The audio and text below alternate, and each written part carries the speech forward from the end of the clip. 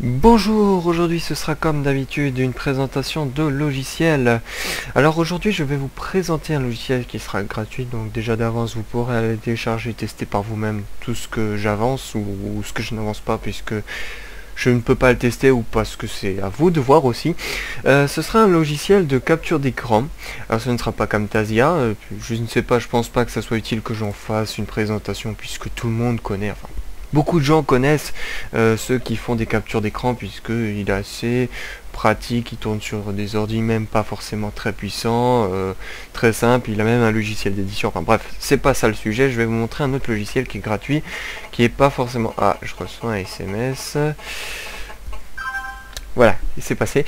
Eh bien, ce logiciel s'appelle Screen to Avi. Il est édité par Trust FM, voilà.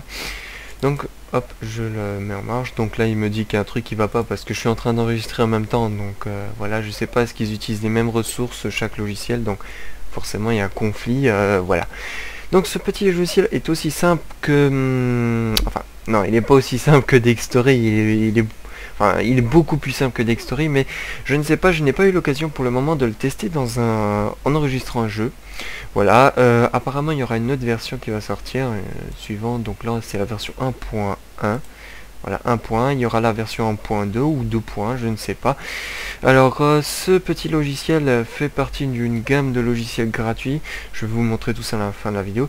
Alors, qu'est-ce qui nous permet de faire? Alors, déjà, il nous permet de choisir, comme vous voyez, il y a un gros trait vert, de choisir avec des dimensions prédéfinies, vous voyez.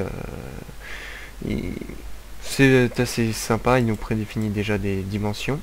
Soit on peut customiser nous-mêmes, soit on peut directement en full screen enregistrer tout ce qu'on a à l'écran. Alors, on peut choisir aussi la position, le style, je ne sais pas à quoi ça sert, je n'ai pas touché. Alors une chose assez sympa, tout comme Dextory, il nous permettra de choisir la compression, le codec.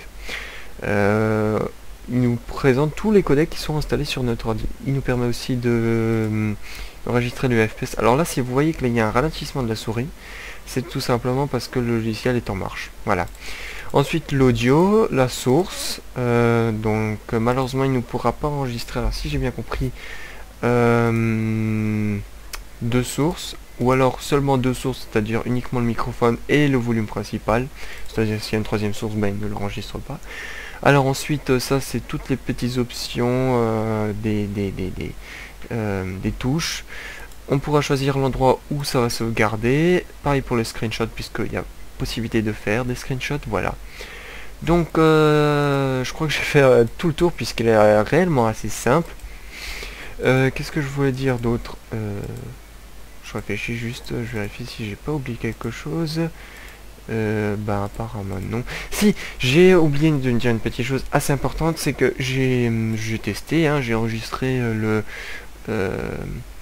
comme Camtasia le peut faire mon bureau, et j'ai remarqué qu'il enregistrait en accéléré. C'est-à-dire que dans la vidéo j'enregistre pendant 12 secondes et la vidéo en soi elle dure 6 secondes, donc ça veut dire que c'est un accéléré. Eh bien, il se trouve qu'il y a une chose qui est assez bien, c'est qu'il a en gros marqué toutes les possibilités, tous les bugs, vous voyez, tous les problèmes. Et il se trouve qu'en fait, si ça va trop vite, c'est parce que, comme vous voyez, c'est à cause de l'interface aéro. Donc en gros, il faut désactiver l'interface aéro. Alors j'ai pas envie de le faire parce que ça risque de bugger l'enregistrement. Voilà. Il suffit de le désactiver, alors vous aurez un truc tout moche, tout dégueulasse, genre Windows XP. Non, même pire que Windows XP, genre Windows 95. Truc tout gris, affreux, bref. Mais au moins ça règle le problème, il enregistrera au bon tempo. Le temps sera 1 sur 1, 1/1. Donc une seconde vaudra une seconde et non 0,5 secondes. Voilà. Donc c'est tout ce que j'avais à dire sur ce petit jeu, puisqu'il reste assez simple, voilà. Vous pouvez le télécharger à cette adresse. Alors, voilà, je mettrai le lien dans la description pour que vous puissiez le télécharger. C'est un freeware, voilà, tutorial, feature, screenshot, forum. Vous allez là-dedans. Je vous encourage. Ensuite, vous faites comme vous voulez, hein. Vous avez Hotfile, Depositfile et Trust.fm, c'est-à-dire c'est local. De télécharger à partir de Depositfile. Alors pourquoi? Sachant que ceux qui ont déjà téléchargé chez Deposify, c'est assez casse-pied, leur moyen de téléchargement. En revanche, ce qui est assez bien, c'est qu'il rémunère la personne qui met le téléchargement en fonction du nombre de téléchargements.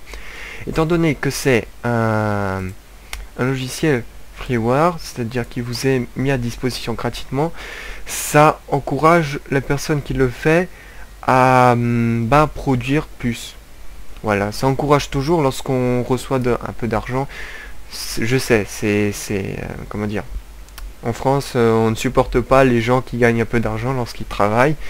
Lorsqu'ils sont rémunérés, on ne le supporte pas. Mais moi, je trouve que c'est tout à fait normal qu'on soit rémunéré pour quelque chose qu'on, à la base, propose gratuitement. Voilà. Alors, il ne fait pas que ces logiciels, il fait tout cela. J'ai fait une vidéo sur Folder to ISO. Peut-être je ferai sur Easy Random Picker. C'est pour choisir des gagnants. Vous mettez le nom des participants et vous choisissez le nombre de gagnants. Voilà, donc des petites choses assez sympas. Tout ça, bien évidemment, apparemment, gratuitement. Je ne suis pas allé voir vérifier, mais j'ai compris que tout cela est gratuit. Donc vous pouvez vous-même télécharger, tester, et puis faire des vidéos là-dessus ou utiliser pour faire des vidéos professionnelles. Voilà, donc c'était tout ce que j'avais à dire sur ce logiciel, et je vous présenterai dans d'autres vidéos d'autres logiciels, gratuits ou pas, hein, cela dépendra. Voilà. Donc on va se retrouver pour d'autres vidéos, et moi je vous dis à ciao, bonsoir.